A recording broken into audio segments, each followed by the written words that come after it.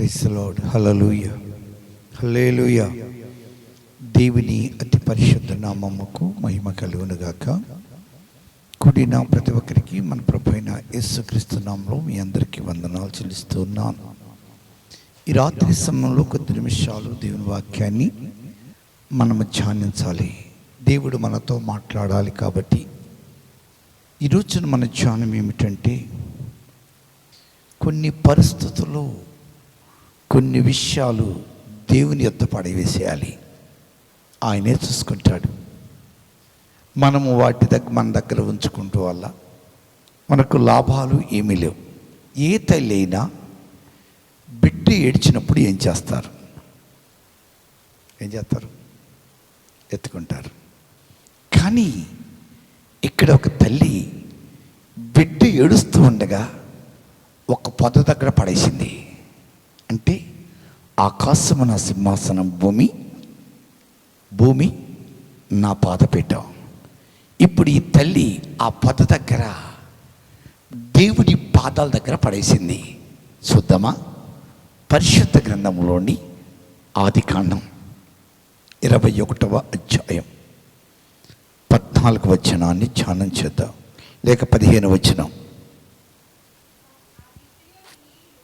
చూడండి. ఆదికాండము 21వ అధ్యాయము చదవనమ్మా. ఆ తిత్తిలోని నీళ్లు ఆడిపోయిన తర్వాత ఆమె ఒక పొద కింద ఆ చిన్నవాణిని పడవేసి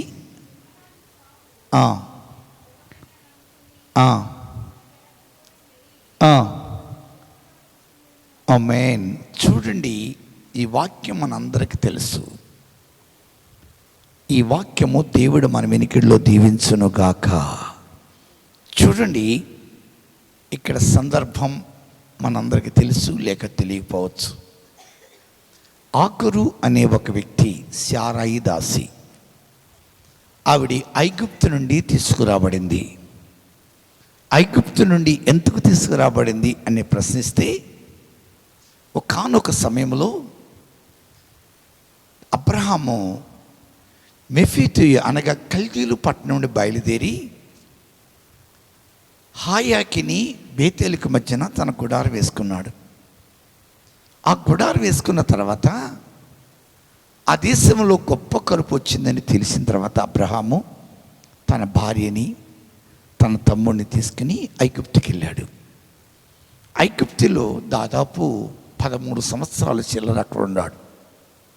ఈ 13 సంవత్సరాలు ఐగుప్తులో ఉన్న తర్వాత అక్కడ ప్రజలు ఈ శారాయి చాలా అందంగా ఉందని ఆలోచించేసి పాడు చేస్తారేమో, అబ్రహామును కూడా చంపేస్తారేమో అని చెప్పి అబ్రహాము శారాయి ఒక నిబంధన చేసుకుని అయ్యా అమ్మ, ఇక్కడ నుండి నీవు ఎవరైనా అడిగితే నా చెల్లెని చెబుతాను, నీవు కూడా నా అన్నయ్యవని చెప్పు అని వాళ్ళిద్దరూ ఒక మాట మీద నిలబడి ఉన్నారు. సరే, ఒక మాట మీద నిలబడిన తర్వాత ఒక రోజున వారి ఇరువురు భార్యాభర్తలని తెలిసిన తర్వాత ఆ దేశపు రాజు అబ్రహాముని పిలిచి, అయ్యా ఏంటి నువ్వేం పని చేశావు అని చెప్పి తన జీవితాల్లో ఆలోచించేసి ఏం చేశాడంటే కొంత ధనము, అనేక దాసీలను పంపించాడు. అప్పుడు అబ్రహాముకి ఆ శారాయి అమ్మటే ఆగరు అనే దాసిని పంపించారు. ఆవిడ అప్పటి నుండి శారాకి దాసిరాలుగా ఉంది. ఒక రోజున మనందరికీ తెలుసు, అబ్రహాముకి పిల్లలు పుట్టలేని పరిస్థితిలో శారాయిని పెళ్లి చేసుకోమని చెప్పి తన జీవితాన్ని కొనసాగించాడు. అయితే దేవుడు కనికరించి శారాయి ఆఖరికి ఒక బిడ్డ పుట్టాడు. ఎప్పుడైతే ఆఖరిని పెళ్లి చేసుకున్నాడో ఆమెకు ఒక బిడ్డ పుట్టిన తర్వాత అతడు పెద్దవాడైన ఒక సమయంలో ఒక రోజున అప్పటికి కూడా శారా కూడా బిడ్డ పుట్టాడు. అతనికి ఇస్సాకు అని పేరు పెట్టి ఒక రోజున వాళ్ళ ఇంట్లో ఒక ఫంక్షన్ జరుగుతుంది. ఈ ఫంక్షన్లో ఈ పసిపిల్లడితో ఆడుకుంటున్నాడు అబ్రహాం. ఆడుకుంటున్న సమయంలో ఆ సందర్భాన్ని శారా చూసి దాసి కుమారుడితో నీ వాడుకుంటూ ఏమాత్రం మంచిది కాదని చెప్పి ఆవిడ్ని బయటికి పంపిస్తావా లేదా అని పోరాటం ప్రారంభించింది. ఈ పోరాటంలో అబ్రాహాముకు బాధేసి దేవుని దగ్గరికి వెళ్ళి అడిగాడు, అయ్యా శారా ఇలాగంటుంది అంటే దేవుడు అన్నాడు, నాయన శారా మాట విను అన్నాడు దేవుడు. ఎప్పుడైతే దేవుడు ఆ మాట అన్నాడో శారాని పొద్దున్నే లేపి, ఆఖరిని పొద్దున్నే లేపి ఒక తెత్తిండి నీళ్ళు పోసి అక్కడ కొంచెం ఆహారం పెట్టి ఆ పసిబిడ్డను తీసుకుని వెళ్ళిపోమ్మను, ఏదో కూరు ఇక్కడ పరిస్థితులు బాగోలేదని సాగనంపాడు. ఈవిడి అరణ్యానికి కొనిపోబడి ఆ బిడ్డ యొక్క సావును చూడలేక అప్పుడు తీసుకొచ్చి నీళ్ళు అయిపోయినాయి, ఆహారం అయిపోయింది. ఎన్ని రోజులు అరణ్యములో ఉందో అయితే పూర్తిగా తెలీదు. అయితే తర్వాత తనకు అనిపించింది ఈ బిడ్డ సావు నేను చూడలేనని ఆలోచించేస్తుంది. ఏం చేసిందంటే ఈ బిడ్డను ఏ తల్లైనా ఏడిస్తే బిడ్డను ఎలాగైనా లాలించి పాలించి ఎత్తుకుని ఆడించి ఏదో ఒక చెట్టో పొట్టో కాయో చూపించి ఆ బిడ్డ ఏడుపు మాన్పియాలి లెక్క. కానీ ఈ తల్లి ఏం చేసిందంటే అల్లంత పొద దగ్గర ఆ బిడ్డను పడవేసింది. ఆమేన్. పడవేసి అంటుంది, ఈ బిడ్డ సావుని నేను చూడలేను, ఈ బిడ్డ ఏడుపు నేను చూడలేను అని ఆలోచించేసింది. చూడండి, ఇప్పుడు మన జీవితంలో కొన్నిసార్లు మనకు మించిన సమస్యలు మన ఎదురుకొస్తూ ఉంటాయి. ఆ సమస్యను మనము జయించలేని పరిస్థితిలో ఉంటాం. మనము కూడా చేయవలసింది ఏంటంటే ఆఖరికి అర్థమైపోయింది, ఈ బిడ్డ పరిస్థితి నేనేం చేయలేనని అల్లంత దూరంలో పడేసింది. మళ్ళీ ఎక్కడ పడేసింది? ఒక పొద దగ్గర పడేసింది. దేవుని బిడ్డలారా, ఇక పొద అనుభవం చూసినట్లయితే చాలా సందర్భంలో దేవుడు పొదలోండి ప్రత్యక్షమైనట్టు మనకు కనపడుతుంది. ఒకసారి హోరేబు పర్వతం మీద దేవుడిని యెహోవా ఒక పొదలోండి ఎవరితో మాట్లాడాడు? మోషేతో మాట్లాడాడు. ఒక రోజున ఆ కొండ మీద ఇస్సాకును బలిస్తాకి వెళ్ళినప్పుడు ఒక పొదలో ఏం చిక్కుకుంది? ఒక పొట్టేలు చిక్కుకుంది. అంటే ఆ పొదన్న స్థలాల్లో ఎవరుంటారని, దేవుడు ఉంటాడని ఆఖరికి తెలుసు. ఎందుకు తెలుసు అంటే కొన్ని సందర్భాలు జరిగినవి ఆఖరు తన చెవులతో విని ఉన్నాయి. అలాంటి విన్న సందర్భాన్ని చూసి ఈ యొక్క బిడ్డను తీసుకెళ్ళి ఆ పొద దగ్గర పడేసింది. చూడండి, ఈ రోజున మన అనుభవాల్లో ఆలోచన చేసేది ఏంటంటే, ఎన్నో సమస్యలు మన జీవితంలో ఉన్నప్పుడు మనము కూడా ఆ సమస్యలను దేవుని యొద్ద పడవేయాలి. దేవుని యొద్ద పడవేసి ఇక మనం చేయవలసిన పని ఏమిటంటే ఆ సమస్యల దగ్గరకు వెళ్ళి ఆలోచన చేయకుండా బాబు దగ్గర వెళ్ళి మనం ప్రార్థన చేస్తూ ఉండాలి. ఆఖరి అక్కడ పడేసింది, ఆవిడ తన పని ఏదో తను చేసుకుంటుంది. అందువలన దేవుని బిడ్డలారా, ఆ సమయంలో దేవుడు ఆఖరి యొక్క కన్నీళ్లు ఎనలేదు, కానీ ఆ పడవేసిన పసివాని యొక్క కన్నీళ్లు విన్నారు. నీ జీవితంలో ఒకవేళ నిన్ను బట్టి కాకపోయినా నీకున్న సమస్య దేవుని దగ్గర పడవేశారు కాబట్టి ఆ సమస్యను చూసిన దేవుడు, ఆ కష్టాన్ని చూసిన దేవుడు నీకు విడుదలిస్తాకి అవకాశం ఉన్నది. దేవుని స్తోత్రం చెల్లించు గట్టిగా. అందువలన ఈ రోజున సమస్య మన దగ్గరే పెట్టుకుంటే విడుదల రాదు. సమస్య మన దగ్గర ఉంచుకుంటే దానికి ఒక సమాధానం రాదు. ఆకలి చేసిన పని ఏంటి తెలుసా? ఆ బిడ్డను తీసుకెళ్ళి ఆయన పాదాల దగ్గర పడేసింది. నీకు ఏదైనా సమస్య ఉంటే నీ భుజాల మీద పెట్టుకుని నువ్వు మోస్తే దానికి లాభం ఏమీ తెలియదు. ఎందుకు నీకు లాభం ఏమి లేదంటే నీ సమస్య నీ దగ్గర ఉన్నంత కాలం దేవునికి భారం అనిపించదు.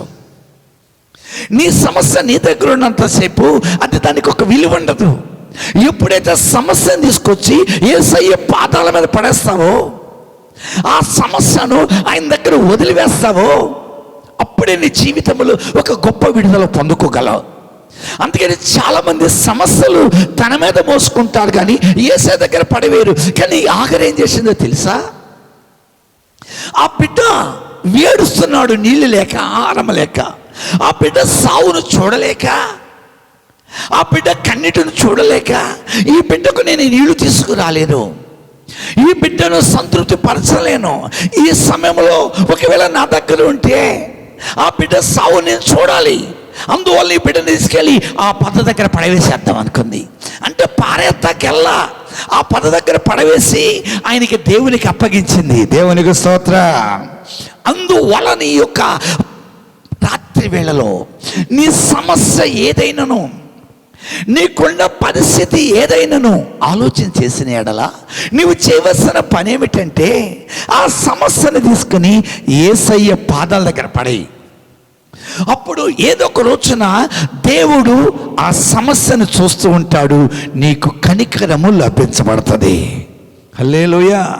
అంతేగాని మన జీవితంలో చాలాసార్లు మనం చేసేది ఏమిటంటే సమస్య మన మీద పెట్టుకుంటాం. మనకది సమస్యని తెలుసు, సమస్యని తెలిసినప్పుడు నీ మీద ఎత్తుకు పడేసుకుంటున్నావు. అది నీకు కష్టమని తెలిసినప్పుడు నీ దగ్గర ఎత్తుకు పెట్టుకుంటున్నావు. ఆఖరికి తన బిడ్డ ఒక సమస్య ఉంది, తన దగ్గర పెట్టుకోవాలా. ఏ తల్లైనా చేయవలసిన పని ఏమిటి తెలుసా? ఏ తల్లైనా చేసే పని ఏమిటి తెలుసా? ఆ చివరి క్షణం వరకు ఆ బిడ్డను తన ఒళ్ళులోనే పెట్టుకుంటుంది, దూరంగా పడవేసి ఊరుకోదు. ఆఖరి అలా చేయలా. అబ్రహాము దేవుడు ఆశ్చర్యకరుడు, అబ్రహాము దేవుడు జీవము కలిగిన దేవుడు అని ఆలోచన చేసి ఆ బిడ్డను తీసుకొచ్చి ఏం చేసిందంటే ఆ పద దగ్గరుండ దేవుని పాదాల దగ్గర పడేసింది. ఆమేన్. ఇక్కడ బైబిల్ స్పష్టంగా చెబుతుంది, ఆ పద దగ్గర ఆ బిడ్డను ఏం చేసిందంట? పడవేసింది. అంటే అక్కడ వదిలేసింది. ఈ సమస్య నేను తొలగించలేను, ఈ బిడ్డకున్న పరిస్థితి నేను తొలగించలేను, ఏదేమైనా సరే దేవుడి బిడ్డను కనికరించాలి అని ఆలోచన చేసింది. అందువలన ఈ రాత్రి సమయంలో దేవునిని ఆరాధిస్తాకొచ్చి నీవు, దేవునిని సేవిస్తాకొచ్చిన నీవు, దైవసనలో జీవిస్తాకొచ్చి నీవు, నీ పరిస్థితులు చూస్తున్న దేవుడు, నీకున్న విషయాలు చూస్తున్న దేవుడు, ఆయన కుదిలి ఆయన దగ్గర పడేసాయి. ఆయన చూసుకుంటాడు అనుకో. అంటే నువ్వు చూడవద్దు. ఆఖరు బిడ్డ సావును చూడలేక, బిడ్డకున్న సమస్యను చూడలేక అల్లంత దూరంలో పడేసేసింది. ఆమేన్. నువ్వు పడేస్తున్నావా? నువ్వు పడేస్తున్నావా? ఒక్కరోజు ఆ బిడ్డ విషయంలో ఆలోచన చేస్తున్నావా? ఒక్క సమస్యను ఆయన ఎదుట పడవేసి వదిలేస్తున్నావా? ఆఖరు పరిస్థితి చూస్తున్నావు కదా, ఈ బిడ్డ సావు నేను చూడలేను, ఈ బిడ్డకు నేను నీళ్ళు ఇవ్వలేను, ఈ బిడ్డను ఆదరించలేను, ఈ బిడ్డని కనికరించలేను, ఇంకా ఎందుకు ఈ సమస్య నా దగ్గర? ఆమేన్ అనుకున్నది ఆగరు. అందుకని అల్లంత దూరంలో తీసుకెళ్ళి ఆ పద దగ్గర పడేసింది. నా ప్రియమైన దేవుని బిడ్డలారా, ఈరోజు రాత్రి సమయంలో ఆరాధన చేస్తున్న నీవు, దేవుని సన్నిధిలో వచ్చిన నీవు, ప్రభు యొక్క ఆలోచన చూస్తున్న కొన్ని సమస్యలు నీ దగ్గర వచ్చుకుంటున్నావు. కానీ ఆకాశము నా సింహాసనము, భూమి నా పాదపీఠం అంటే తీసుకెళ్ళి ఆయన పాదాల దగ్గర పడేసేయి.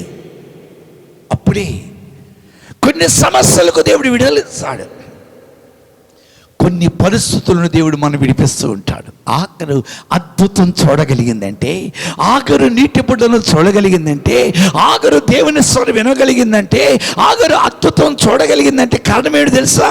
ఒకవేళ ఆ బిడ్డ తన భుజాల మీద ఉంచుకుంటే, ఆ బిడ్డ తన భుజాల మీద ఉంచుకుని ఏదో ఒకటి తనకు శక్తి కొలది ఏదో లాలిపాటలో జోలపాటలో ఏదో పాడి ఆలోచన చేసి ఏడుపు అనిపించాలనుకుంటే ఆ రోజు అద్భుతం జరిగేది కాదు, ఆ రోజు ఆశ్చర్యం జరిగేది కాదు. అందువల్ల ఈ రోజున దేవుని లేఖనం స్పష్టంగా చెబుతుంది, నీకున్న పరిస్థితులు ఏదైనప్పటికైనా, నీకున్న సమస్యలు ఏదైనప్పటికైనా నువ్వు చేయవలసిన పని ఏంటి తెలుసా? ఆ సమస్యను తీసుకెళ్ళి ఆయన పాదాల దగ్గర పడవేయ్. కనికరం పొందుతావు, కార్యము చూస్తావు, అద్భుతం చూస్తావు. ఆయన ఎంతైనా నమ్మదగిన దేవుడిగా ఉంటాడు. అందువల్ల ఈ రోజున ఇలాంటి పనులు చాలామంది తక్కువగా చేస్తూ ఉంటారు. ఇలాంటి పరిస్థితి చాలా తక్కువ మంది చూస్తారు. దేవుని బిడ్డలారా, ఆయన పాదాల దగ్గర పడవేసిన మరొక భక్తుడు చూపిస్తా, జాగ్రత్తగా వినండి. ఒక రోజున దేవుడైన యెహోవా మోషేతో మాట్లాడి, మోషే నువ్వు ఐగుప్తుకి వెళ్ళు, అక్కడ ప్రజలు విడిపించాలి అని దేవుడు చెప్పాడు. సరే బయలుదేరాడు, తన భార్య పిల్లలు అందరూ తీసుకుని బయలుదేరాడు. ఈలోపు యెహోవా ఎదురొస్తున్నాడు. చూద్దామా? నిర్గమాకాండం, పరిశుద్ధ గ్రంథములో నిర్గమాకాండం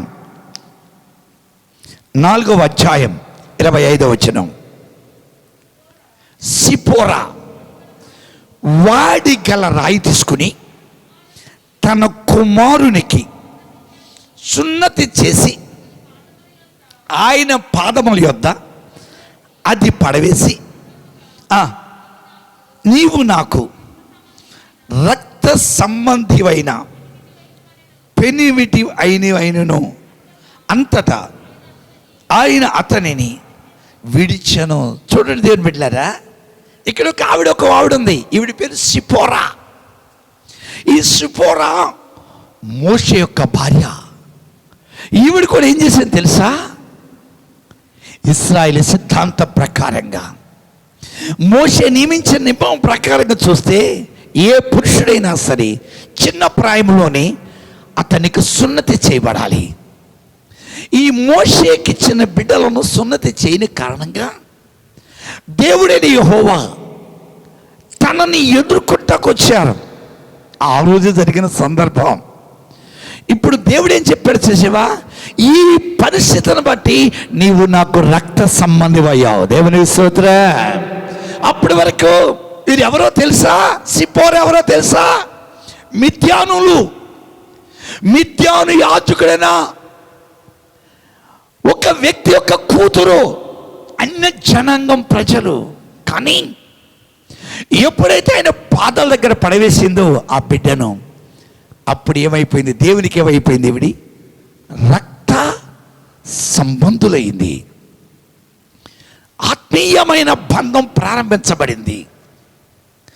ఆత్మీయమైన వంశావళిలోకి తన జీవితం వస్తున్నకు ప్రారంభించబడింది. అందువలన ఈ రోజున ఏదైనా సరే, అందుకని దేవుడు అన్నాడు, ఈ పనికి నువ్వు చేయకపోతే దేవుడు ఏం చేసేవాడు తెలుసా? వాళ్ళ హతం చేసేవాడు. అందువలన దేవుని బిడ్డలారా, ఈవిడ చేసిన పని ఏమిటి? ఆయన పాదాల దగ్గర పడవేసింది. చాలామంది ఆయన పాదాల దగ్గర పడవేరు కొన్ని సమస్యలు. ఎప్పుడైతే ఆయన పాదాల దగ్గర పడవేయబడతామో అప్పుడే మన జీవితంలో కొన్ని గొప్ప కార్యాలు చూడగలం, కొన్ని ఆశ్చర్యాలు చూడగలం, కొన్ని అద్భుతాలు చూడగలం. ఈ రోజున ప్రతి విశ్వాసం నేర్చుకోవాలి. సమస్యలు మనం తరుగుతున్నప్పుడు, సమస్యలు మనం బాధ పెడుతున్నప్పుడు, కొన్నిసార్లు దేవుని ఎదుట మనం వచ్చినప్పుడు మనకున్న సమస్యను ఆయన పాదాల మీద పడవేయాలి. ఎందుకు వచ్చాడో తెలియదు దేవుడు ఎదురుగా. ఇక సిపోరా జ్ఞానవంతురాలు కాబట్టి తన బిడ్డకు సున్నతి చేయబడి యెహోవా పాదాల మీద పడవేసింది. దేవుని పాదాల మీద పడవేసినట్టుగా బైబిల్ స్పష్టంగా చెబుతుంది. ఈరోజు రాత్రి సమయంలో దేవుడిని ఎదుట నిలిచి ఉన్నాడు. ఇప్పుడు దేవుడిని ఎదుట నిలిచి చూస్తూ ఉన్నాడు. ఎందుకో తెలుసా? నువ్వేం చేస్తావు? నీ సమస్యను మోసుకొచ్చి మళ్ళా తిరిగి మోసుకెళ్తావా? యేసయ్య పాదాల మీద పడగొడతావా? అని దేవుడు ఎదురు చూస్తూ ఉన్న సమయంలో ఈ రోజున దేవుని మాట విని ఆ ఆఖరులాగా, లేకపోతే ఆ యొక్క సిపోరాలాగా ఆయన పాదాల మీద పడవేసే అనుభవం నీకుందా? ఒకవేళ ఆ పాదాల మీద పడవేస్తే దేవుడు ఏమైనా అనుకుంటాడేమో అని నువ్వు అనుకుంటున్నావేమో. దేవుడు ఎప్పుడు ఏమీ అనుకోడండి. దేవుడు నువ్వు ఏ సమస్య తన పాదాల మీద పడవేసి ఆ సమస్యను విడిచిపెట్టి వెళ్ళిపోతావో ఆ సమస్య దేవుడు చూసాలని ఆలోచన చేస్తున్నాడు. అంతేగాని సమస్యని విడిచిపెట్టలేను, సమస్యలు విడిచిపెట్టి నేను బ్రతకలేను అని అనుకుని నీ జీవితాన్ని కొనసాగించలేని పరిస్థితిలో ఉంటావు. అందువలన ఈ రాత్రి దేవుడిని చూస్తూ ఉన్నాడు, నీకున్న పరిస్థితులు చూస్తూ ఉన్నాడు, నీకున్న ఆలోచనలు చూస్తూ ఉన్నాడు, నీకున్న తలంపులు చూస్తూ ఉన్నాడు. ఈ రోజున ప్రభు యొక్క పాదాల దగ్గరకు వచ్చి నీవు ఏ సమస్య అయినా నీ ఎదుట నిలిచినప్పుడు వాటిని ఏం చేయాలని తెలుసా? నువ్వు తీసుకెళ్ళి దేవుని వద్ద పడవేసేయ్. అప్పుడే దేవుడు నీ జీవితమును కనికరిస్తూ ఉంటాడు. అప్పుడే నీ జీవితంలో అద్భుతం చేస్తాడు. చూడండి, అక్కడ ఆగరు పడవేసి బిడ్డను తన జీవితంలో చేసిన పని ఏమిటి తెలుసా? తన జీవితంలో చేసిన ఆలోచన తెలుసా? ఆ బిడ్డ కోసం దేవుడు అక్కడ ఒక నదిని పుట్టించాడు. దేవుని స్తోత్రం చెల్లించు. ఇక్కడ ఈవిడేం చేసింది తెలుసా? ఈవిడ బయట వ్యక్తి కావచ్చు, ఎప్పుడైతే సున్నతి చేయబడిందో దేవునికి భర్తగా రక్త సంబంధులుగా మారగలిగింది. అందుకనే ఈ రోజున దేవుణ్ణి ఆరాధిస్తాకొచ్చి నీవు, ఈ రోజున దేవుని సేవిస్తాకొచ్చి నీవు, ఈ రోజున దేవుని సన్నిధిలో నిలిచి ఉన్న నీవు ఒక ప్రత్యేకించబడిన అనుభవాలు నీ జీవితాన్ని కొనసాగించాలి. మనం ఏం చేస్తాం తెలుసా? మన అనుభవం ఏంటో తెలుసా? పడవేయని తీసుకెళ్ళి, ఓ సమస్య నేను మోయలేను, ఆ యేసయ్య పాదాల మీద పడతానా, ఆయనే చూసుకుంటాడు అనగలుగుతావా? ఆమేన్ ఆమేన్ అనగలుగుతావా? అనలేవు. ఎందుకు? సమస్య మనం విడిచిపెట్టాలనుకున్నా మనము సమస్యను ఏం చేస్తున్నాం? విడిచిపెడతల్లా, దానివైపే చూస్తున్నాం. ఈ ఆఖరు బిడ్డ వైపు చూడాలి. ఏమంటుంది? ఆ బిడ్డ సావును చూడకుండా నేను ఉండాలి. ఆ సమస్య వైపు మనం చూడకూడదు. ఎవరి వైపు చూడాలి? సృష్టికర్తవైన యేసు వైపు చూడాలి. హల్లెలూయా. అందువలన ఆఖరు ఒకటే అంటుంది, ఆ బిడ్డ సావు నేను చూడలేను, నేను చూడనిక ఆయన చూసుకుంటాడు. యెహోవా వీరే. ఈ రోజున నీకు ఏ సమస్య అయినా నేను బాధ పెడుతుందా? ఏ కష్టమైన నన్ను బాధ పెడుతుందా? అది బాధ పెట్టిన సమస్య ఉంటే నీ నుండి తీసివేసి యేసయ్య పాదాల మీద పడవేసాయి. సిపోరా చేసిన పని అదే, ఆఖరు చేసిన పని అదే. నువ్వేం చేస్తున్నావు? కొన్ని సమస్యలు నేను బాధ పెడుతున్నాయి. నీ ఇంటిలో సమస్య కావచ్చు, అది నీ ఒంటిలో సమస్య కావచ్చు, అది నీ కుటుంబ సమస్య కావచ్చు, అది నీ బిడ్డల సమస్య కావచ్చు, అది నీకున్న వ్యాధే కావచ్చు, అది నీకున్న బాధే కావచ్చు, అది నీకున్న ఆర్థిక సమస్య కావచ్చు, అది కుటుంబ పరిస్థితే కావచ్చు, ఏదైనా కావచ్చు. కానీ నీ దగ్గర ఉంచుకున్నదా రావాలా? నీ దగ్గర దాన్ని ఉంచుకున్న వల్ల విడుదల రాదు. ఒకవేళ నీ దగ్గర ఉంచుకుంటే వాళ్ళ విడుదల రాదు. ఒకవేళ ఆ రోజున సిపోరా ఆ బిడ్డను సున్నతి చేసి ఆయన పాదాల మీద పడేయకపోతే ఆ పరిస్థితులు ఎలాగుండేదో. అయ్యో, ఈ సమయంలో నేను చేయవలసిన పని ఏమిటి అని ఆ క్షణమే ఆలోచన చేసింది. ఆవిడికి ఎవరు ప్రసంగం చేయలా, ఆవిడికి ఎవరు బోధించలా, ఆవిడికి ఎవరు చెప్పలా.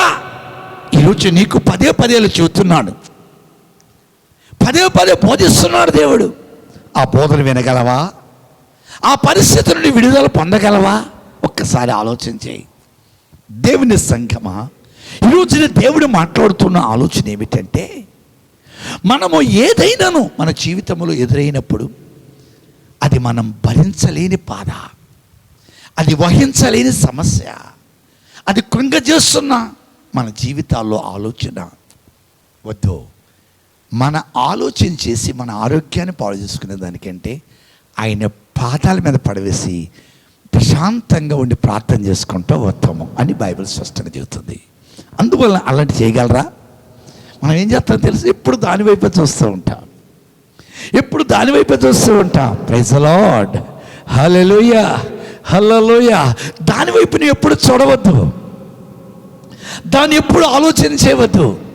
ఎందుకంటే దేవుడు మనకున్నాడని విశ్వాసం, దేవుడు మనకున్నాడనే నిరీక్షణ మన జీవితంలో కలిగి ఉన్నప్పుడు అవి తీసుకెళ్ళి ఏదైనప్పటికైనా సరే నీకున్న సమస్య ఆయన పాదాల మీద పడవేయాలి.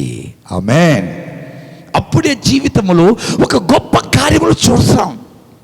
అప్పుడే జీవితంలో ఆఖరి లాంటి అద్భుతం దేవుడు నీ జీవితంలో కూడా చూపిస్తాడు. లేని ఆశీర్వాదాన్ని మనకు అనుభవిస్తాడు. ఆఖరు అక్కడ ఎప్పుడైతే ఆయన పాదాలు వేపడుతుందో ఆ దేవదూత మాట్లాడిన సమస్య సందర్భం ఏంటి తెలుసా? ఆ బిడ్డ ఏడుపును నేను చూశాను. దేవునికి స్తోత్రం చెల్లుదా. ఈరోజు రాత్రి సమయంలో ఏ సమస్యతో బాధపడుతున్నావో ప్రియమైన దేవుని బిడ్డ, ఆ సమస్య నేను కృంగజేస్తే దాని వైపు నువ్వు చూడవద్దు, యేసు పాదాల మీద పడవే. ఈ రోజున దేవుడి జీవితంలో విడుదల పోతున్నాడు. ఈ రోజున జీవితంలో దేవుడు అద్భుతం చేయబోతున్నాడు. అందుకనే ఆగలాగా సిపోరాలాగా నువ్వు చేయగలిగితే దేవుడు నీ జీవితంలో అద్భుతం చేయుటకు ఆయన సంసిద్ధుడై ఉన్నాడు. ఆశ్చర్య కార్యాలు జరిగించుటకు ఆయన సంసిద్ధుడై ఉన్నాడు. మహత్కార్యాలు చేయుటకు ఆయన సంసిద్ధుడై ఉన్నాడు. నిన్ను బలపరచడానికి ఆయన సంసిద్ధుడై ఉన్నాడు. చూడండి, సిప్పోరా చేసిన పని ఎంత విలువైనది. ఆవిడికి అంతవరకు తెలియదు. ఎంటని ఏదని ఎప్పుడైనా మోషే చెప్పి ఉంటాడేమో. ఏమని చెప్పుంటాడు తన భార్య? అబ్బా, మేము ఎబ్రీలము. ఎవరు? మేము ఎబ్రీలము. ఎబ్రీడు అన్నవాడు ప్రతి మగవాడు సున్నతి చేయబడాలి. మనకేం బాబు పుట్టాడు గెర్షోను, అతనికి సున్నతి చేయాలి అని ఎప్పుడో చెప్పుంటుంది. ఈ చెప్పిన మాట ఎప్పుడైతే యెహోవా పై వచనంలో కనపడుతుంది. ఎవరు వస్తున్నారు ఎదురుగా? చదవండి పై వచ్చి మనం 25 చదివాం కదా, 24 చదవండి. అతడు పోవు మార్గమున సత్రములో యెహోవా అతనిని ఎదుర్కొని అతనిని సంపుచుండగా, చదవండి. అప్పుడు చూడండి, యెహోవా అతనిని ఎదుర్కొని, ఎవరున్నారు అక్కడ? ఎవరు? మోషే బిడ్డ, మోషే భార్య, వీళ్ళున్నారు అక్కడ. యెహోవా అతన్ని యెహోవా ఎదురయ్యాడు. కానీ అక్కడ ఏమి జరిగేదో తెలియదు. కానీ సిప్పోరా చేసిన పనిని బట్టి ఒక ఉగ్రత తప్పించబడింది. ఆమేన్. అందువలన దేవుని బిడ్డ, ఈరోజు రాత్రి సమయంలో దేవుని పాదాల దగ్గరకు వచ్చి నీవు నీ సమస్య నీ ఎదురు పెట్టుకుని ఏడ్చేదానికంటే యేసయ్య ఎదురు పడవేసి అక్కడే ఆయన చూసుకుంటాడు అనే ఆలోచన నీ జీవితంలో కలిగి ఉండాలి, నీ ఆలోచనలో కలిగి ఉండాలి. అందువలన ఈ రోజున దేవుని సముఖానికి వచ్చి నీవు ప్రభు పాదాలు పట్టుకున్న నీవు ఇప్పుడు 2 పడవేశారు. 3వ చూద్దాం. పరిశుద్ధ గ్రంథములోని 3వ మాట,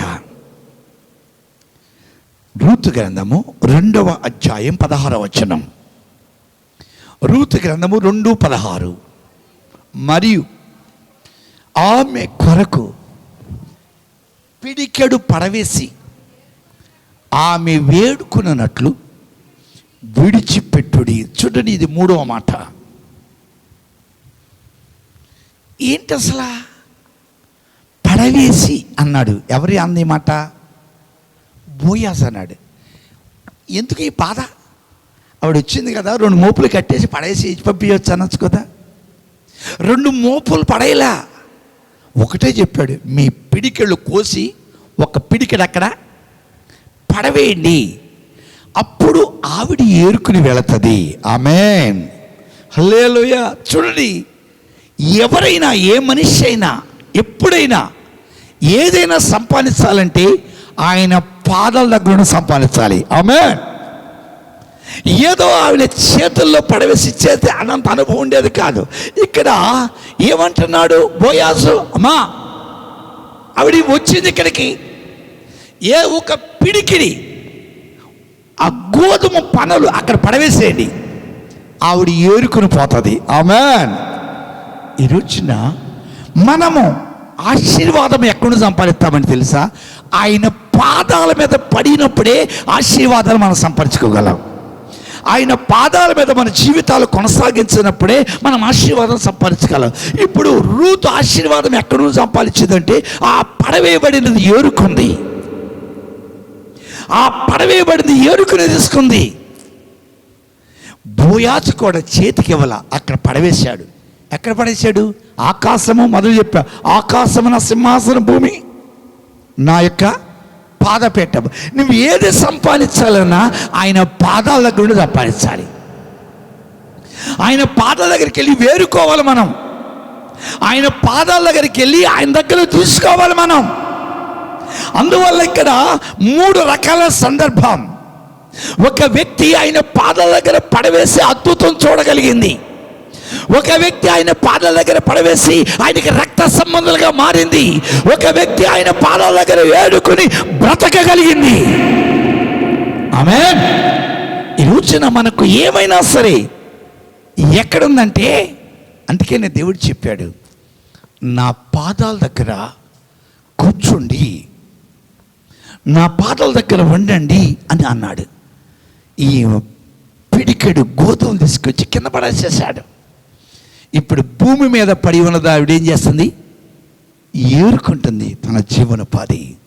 మనకి ఏది ఆశీర్వాదాలు సంపాదించాలన్నా ఆ పడవేసిన దాన్ని మనం ఏరుకుంటే ఆశీర్వాదం. ఆ పడవేసింది ఎక్కడ ఉంటుందంటే యేసయ్య పాదాల దగ్గర ఉంటుంది. అందువలన ప్రతి విశ్వాసి ఈ లోకంలో జీవించినంతకాలం, ఈ లోకంలో నడిచినంతకాలం 3 రకాలైన సందర్భాలు మనం చూస్తున్నాం. ఒకటి, ఆయన పాదాల దగ్గర పడవేయ సమస్యలు. 2, ఆయన పాదాల దగ్గరకు వచ్చి ఆ పడి ఉన్న వాటిని మనం ఏరుకోవాలి. హల్లెలూయా. పడి ఉన్న దాన్ని ఏం చేయాలి?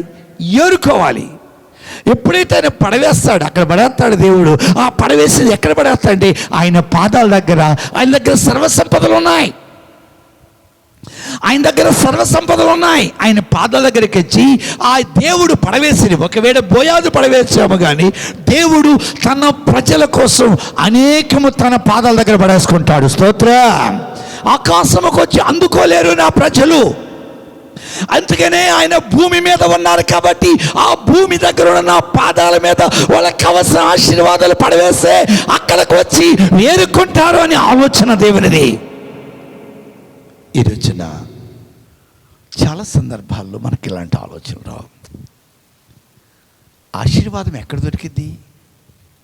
దీవెనలు ఎక్కడ దొరుకుతాయి? కార్యాలు ఎక్కడ దొరుకుతాయి? ఆయన పాదాల దగ్గర పడి ఉంటాయి. వాటిని మనం ఏం చేయాలి? ఏరుకోవాలి. రూతు ఏం చేసింది తెలుసా? బోయాజు ఎవరో తెలుసా? తండ్రి అయిన దేవునికి సూచన. ఆమేన్. లేకపోతే యేసయ్యకు సూచన. యేసయ్య సూచన అయితే ఎవరో పొలంకెల్లా ఆయన పాదాల దగ్గరకు వచ్చేసింది.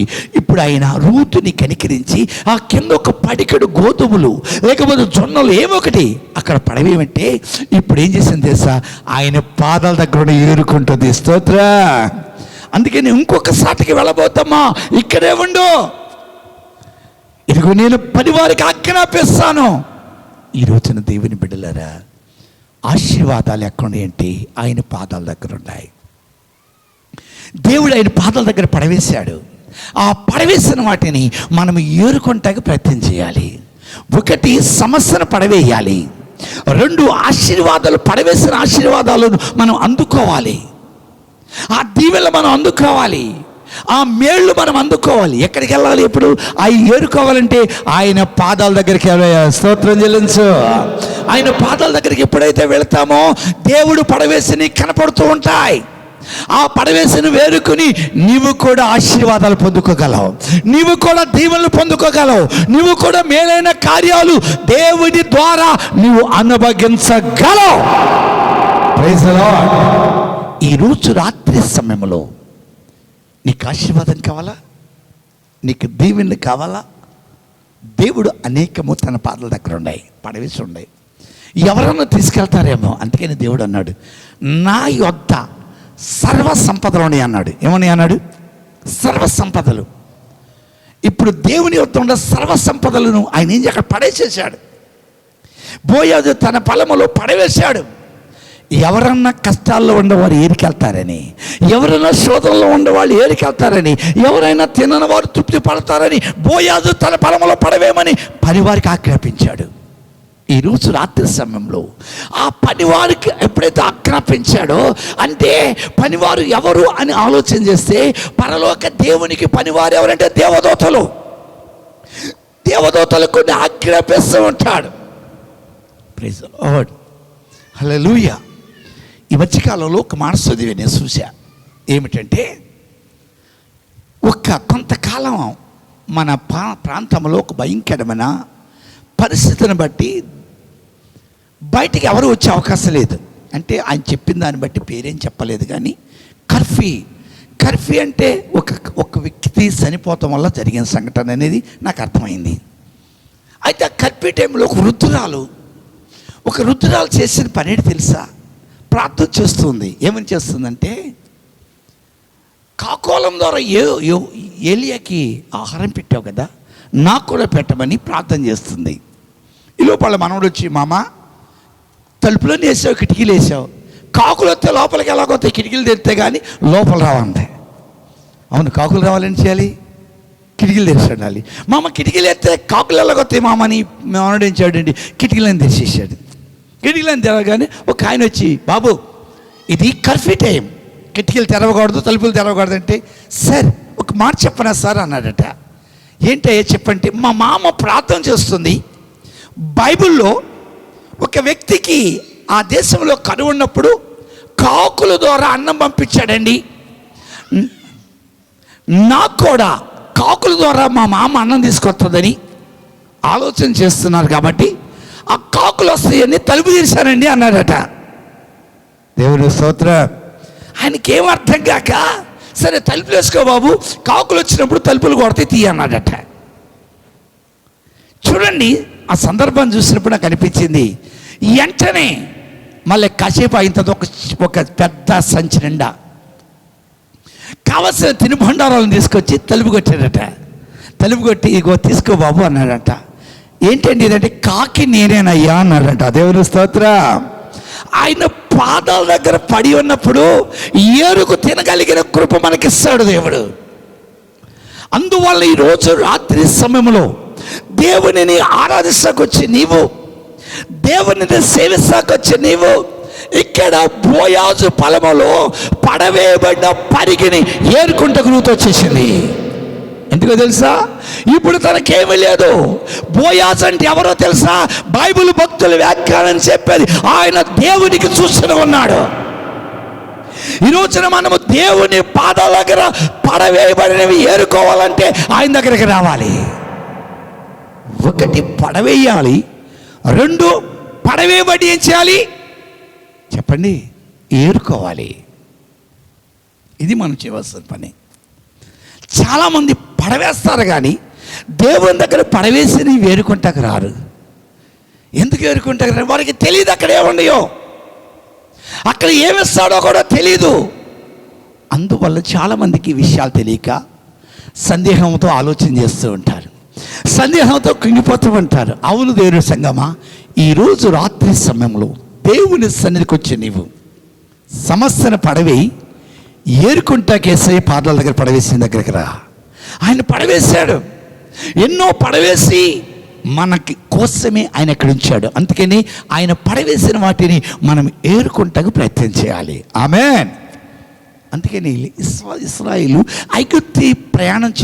ఐగుప్తు నుండి కానానుకు ప్రయాణం చేస్తూ ఉండగా అనేక పూరేళ్ళను అక్కడ పడేశాడు. వాళ్ళకి మాంసం తినాలని ఆశ కలిగినప్పుడు ఆయన పాలెంలో అనేక పూరేళ్ళు పడి అవి తోలిన వెళతలేదట.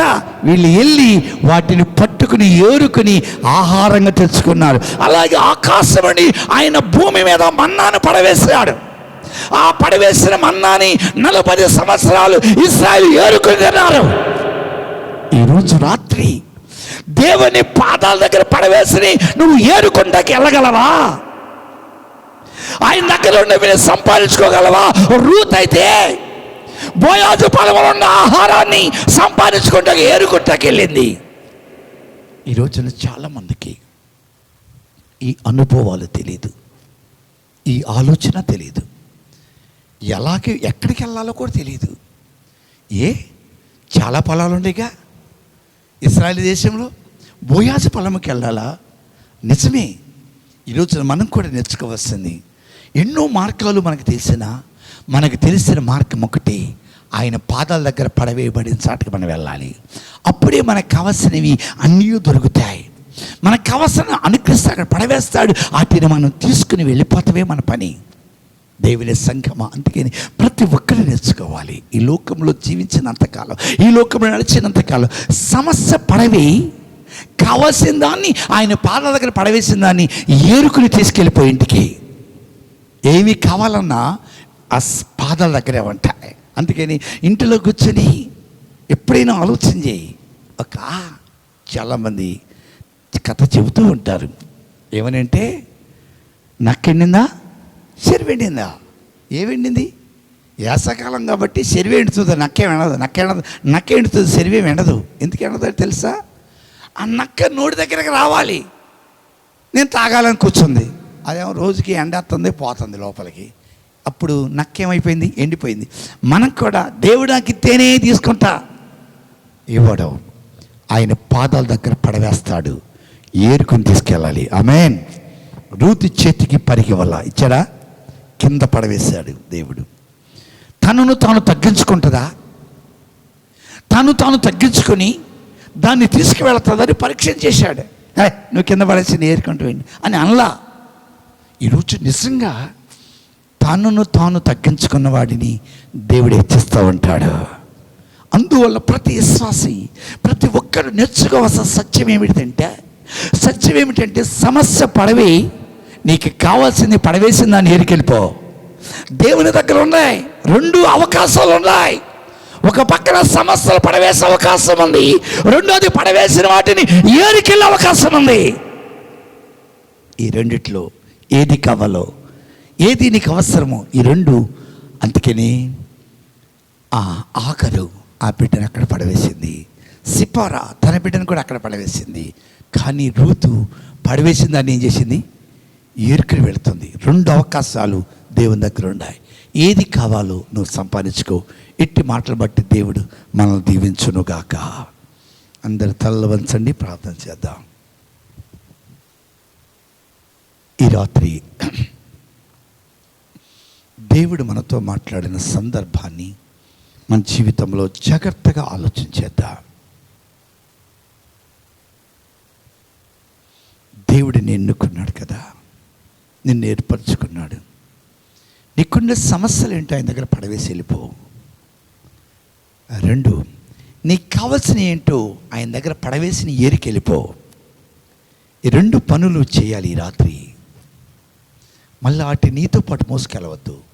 ఆయన పాదాల దగ్గరకు వచ్చావు కదా, ఆయన వేడుకుంటూకు వచ్చావు కదా, ఆయన దగ్గర పడవేస్తాకు వచ్చావు కదా. దేవుడు చెప్పాడు కదా, ప్రయాసపడి భారం మోస్తున్న సమస్త జనులారా నా దగ్గర రండి, మీ భారం నా మీద మోపండి, నా మీద పడేయండి, నేను వాటిని విడుదలిస్తాను, మీకు విశ్రాంతిని ఇస్తానని దేవుడు అన్నాడు. విన్నారు కదా ప్రతి మాటను. దేవుని మీ హృదయాల్లో దేవుడు చెప్పిన మాటలు చాలా జాగ్రత్తగా వినండి. ఎందరో సమస్యలు తన దగ్గరే ఉంచుకొచ్చున్నారు, ఆయన పాదాల దగ్గర పడవేయట్లా. అందువల్ల వారి జీవితానికి విడుదల రావట్లేదు. ప్రార్థన చేసుకుందామా? ఆత్మ ప్రేరేపణ కలిగిన వారు ఎవరైనా ఒకరు ప్రార్థన చేయండి. ఎవరొకరు